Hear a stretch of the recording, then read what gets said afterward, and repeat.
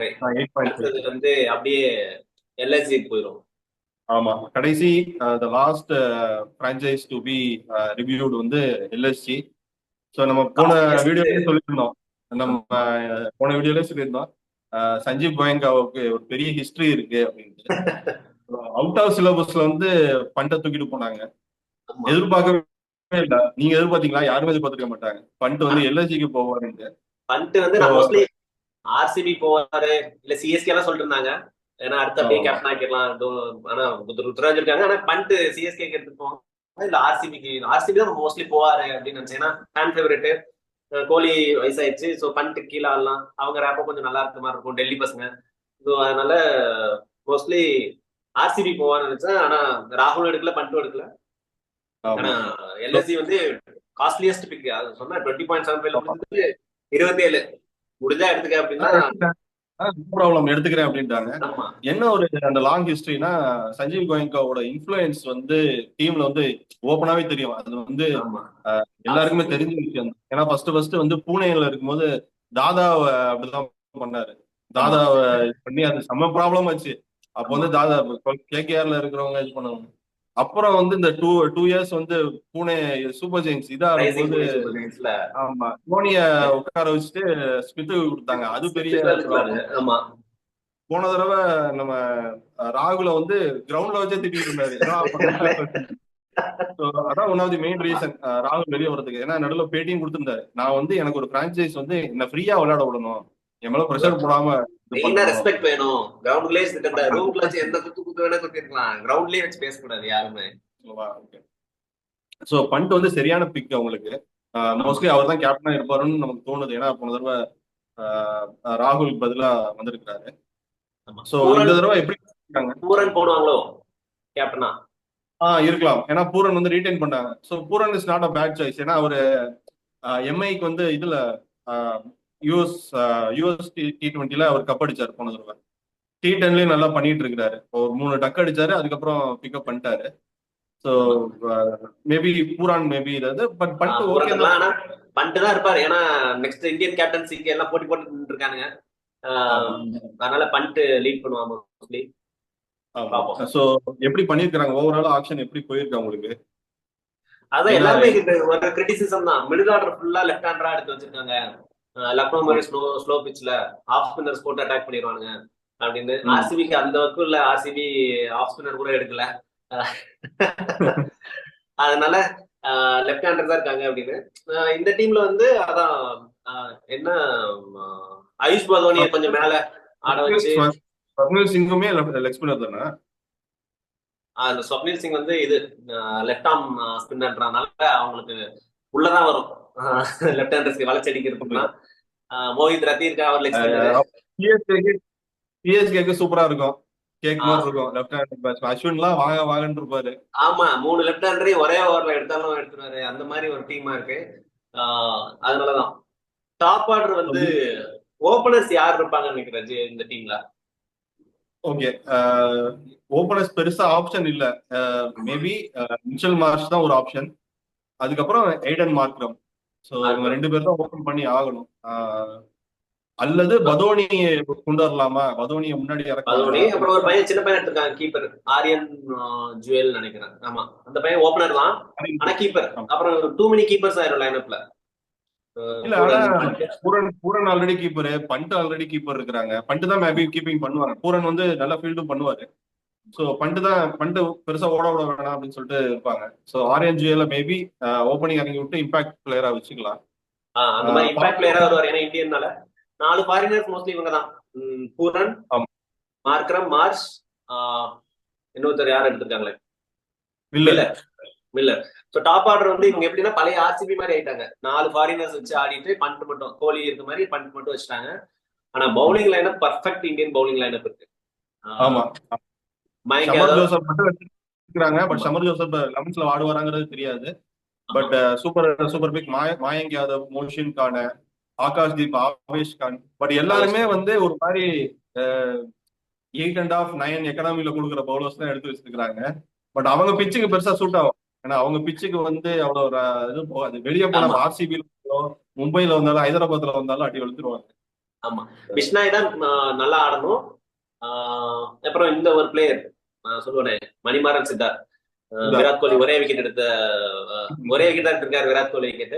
So அவருக்கு வந்து இந்த ஸ்லோ பிச்சஸ்ல எல்லாம் அவங்க 2 பேரும் ஆடலாம் mostly, Bishnoi and Manimaran Siddharth. So ஏன்னா சித்தார்த் ஆல்ரெடி அவங்க டீம்ல தான் இருந்தாரு.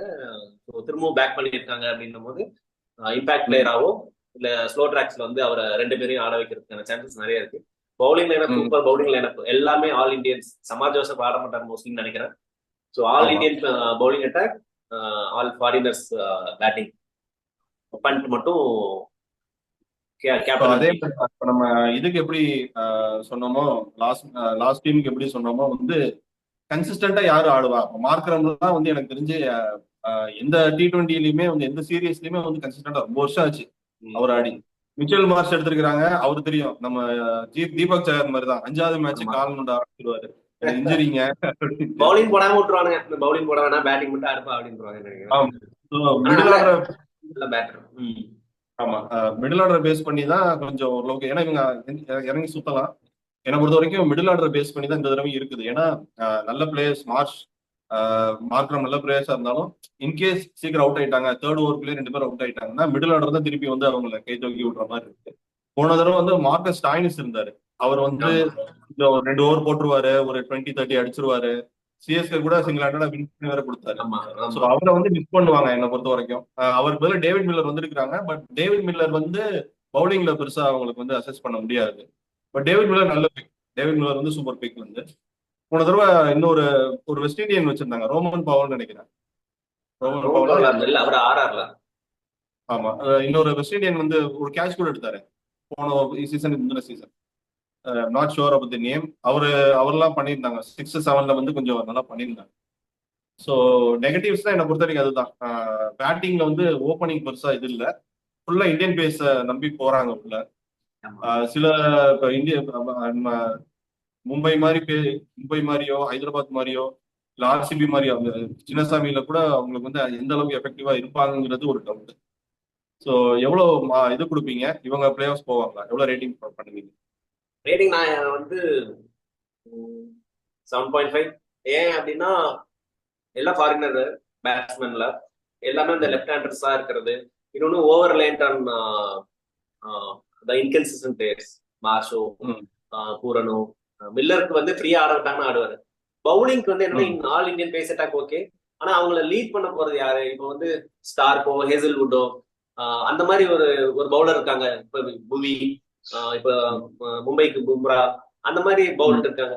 அப்படி இங்க ஒரு ஃபாரின் பவுலரோ இல்ல வந்து நல்ல இந்தியன் பேசலரோ எக்ஸ்பீரியன்ஸ் இருந்தாங்கன்னா இந்த பேஸ் அட்டாக் வந்து அண்டர் பிரஷர் இருக்கும்போது எடுத்துட்டு போவாங்க கைட் பண்ணி. இங்க என்னன்னா அவேஷ்கான்லாம் சும்மாவே வந்து மட்டமா போற ஒரு ஆளு. அவேஷ்கான் நான் ஆல்ரெடி சொல்லிருக்கேன், எப்படி இன்டர்நேஷனல் ஆட வர்றாங்க, எப்ப பார்த்தாலும் 10 ரன் கொடுத்தாங்க அவருக்கு அப்படின்னு. இந்த அட்டாக்ல வந்து யார் லீடரா இருப்பா அப்படின்றது ஒரு தான் டவுட். சமாஜ் ஜோசப் ஒரு ஆள் தான், அவருமே ஃபாரின் பிளேயர், சின்ன பையன் தானே, இப்பதானே வந்திருக்கிறாரு. அதான் சின்ன பிளேயர் தான். சோ வந்து லீடர் ஆஃப் த அட்டாக், இந்த பேஸ் அட்டாக், பவுலிங் அட்டாக் யார் இருப்பா அப்படிங்கிறது தான் ஒரு டவுட். இப்போ மும்பைக்கு வந்து ஒரு கும்ராவோ ஆர்சிபி இப்போ புவியோ அது மாதிரி இங்க யாரும் இல்ல. சிராஜ் கூட வந்துட்டாரு. இல்ல நேரா கோச்சா இருந்தா கூட நேராவே கூட பவுண்டரியில நின்று பேசிட்டு இருக்கலாம். ஆனா இதுல அதுக்கும் நம்ம யாரும் இல்ல. ஆமா, சோ நான் வந்து 7 கொடுப்பேன். For the same reasons. 2 reason தான். பேட்டிங் ஓப்பனிங் வந்து அந்த அளவுக்கு ஃபயர் ஆகுமா, இன்கன்சிஸ்டன்ட் ஓப்பனிங்கா இருக்கு. பண்ட்டை நம்பி தான், பண்ட் அதே தான். கோலி எப்படி பண்ட் வந்து நின்று விளையாடணும், பட் பண்ட்டுமே வந்து சமயத்துல சுத்துவாரு.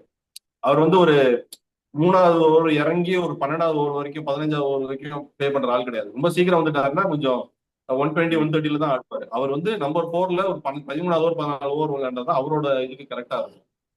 பேஸ் அட்டாக் வந்து ஒரு ஸ்டார் பிளேயர்ல ஸ்டார்னு சொல்றத விட எக்ஸ்பீரியன்ஸ்டு இன்டர்நேஷனல் எக்ஸ்பீரியன்ஸ் இருக்கிற ஆளுங்க வந்து யாரும் இல்லை.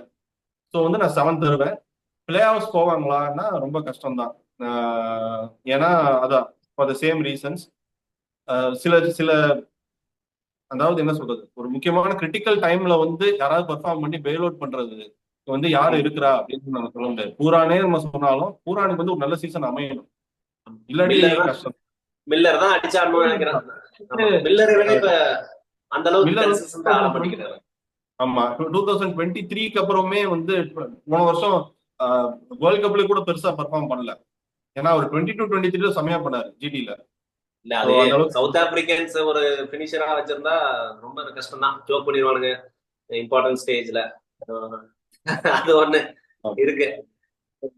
I will give 7 and play off போறது டவுட் தான், கஷ்டம் தான். ஒரு டவுட். ஆமா, எனக்கு இந்த டெல்லி டெல்லி கூட சொல்லிடலாம், இந்த ஆர்சிபி புஷ் பண்ற அளவுக்கு கூட எல்எஸ்சி புஷ் பண்ணுவாங்களா அப்படிங்கிறது வந்து மேபி அந்த பிராக்கெட்ல தான் இருக்கும். டாப் 4 கன்ஃபார்மா முடிக்க மாட்டாங்க. ஆமா, முடிச்சா அது பந்து கேப்டன்சி தூக்கி கொடுத்துடலாம் அடுத்த வருஷத்துல இந்தியன் கேப்டன்சி. அதுதான் நம்ம ஆரம்பத்துல என்னன்னா நம்ம முன்னாடி பேசினதுதான், சஞ்சீவ் கோயங்கா வந்து ரொம்ப வந்து இன்ஃபுளுன்ஸ் பண்ணாம, ரொம்ப வந்து உள்ள மூக்கு நுழைக்காம கொஞ்சம் ஃப்ரீயான்னு கொடுக்கணும் பண்ட்டுக்கு. ஏன்னா பண்ட் வந்து எப்படிப்பட்ட ஆள் நமக்கு தெரியும். ரொம்ப ஃப்ரீயா டிசி நல்லா வச்சிருக்கும் போதே அவங்களுக்குள்ள என்ன ப்ராப்ளம் தெரியல, வெளியே வந்தாரு. ஸோ அது மாதிரி கோச்சும் யாரும் சரியா தெரியல. முன்னாடி ஜிஜி இருந்த வரைக்கும் ஜிஜிக்கு ஒரு ஒரு இது இருக்கும், நான் பாத்துக்கிறேன் அப்படின்ற மாதிரி. இப்போ யாரு உள்ள வர போறான்னு தெரியல. அது ஒரு ரீசன். பேசிங் அட்டாக்கும் இதுவும் ஃபுல் இந்தியன் அட்டாக் இருக்கிறது ஒரு ரீசன். ஸோ இதெல்லாம் தாண்டி வந்தாங்கன்னா சூப்பர். பார்ப்போம், இருந்து தான் பார்க்கணும். ஸோ ஓவராலா 10 டீமும் முடிச்சிட்டோம். நல்லா பண்ணியிருக்கிறோம்னு நினைக்கிறேன்.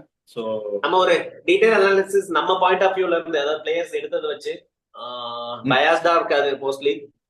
என்ன அந்தந்த டீம் பேலன்ஸ் பத்தி தான் பேசியிருக்கோம். அது வந்து எல்லா ஃபேக்டர்ஸும், அதாவது 11s வந்து இந்த பிரான்சைஸ் லீக்ல வந்து கம்ப்ளீட் பண்றதுக்கான கெப்பாசிட்டி இருக்கா அப்படின்றது வந்து நம்ம ஒரு 10 வருஷமா இந்த ஐபிஎல் ஸ்டார்டிங்ல இருந்து பார்த்துட்டு இருக்கிறதுனால இந்த அதை பேஸ் பண்ணி தான் இந்த 10 டீமையும் ரிவ்யூ பண்ணியிருக்கோம்னு நினைக்கிறேன்.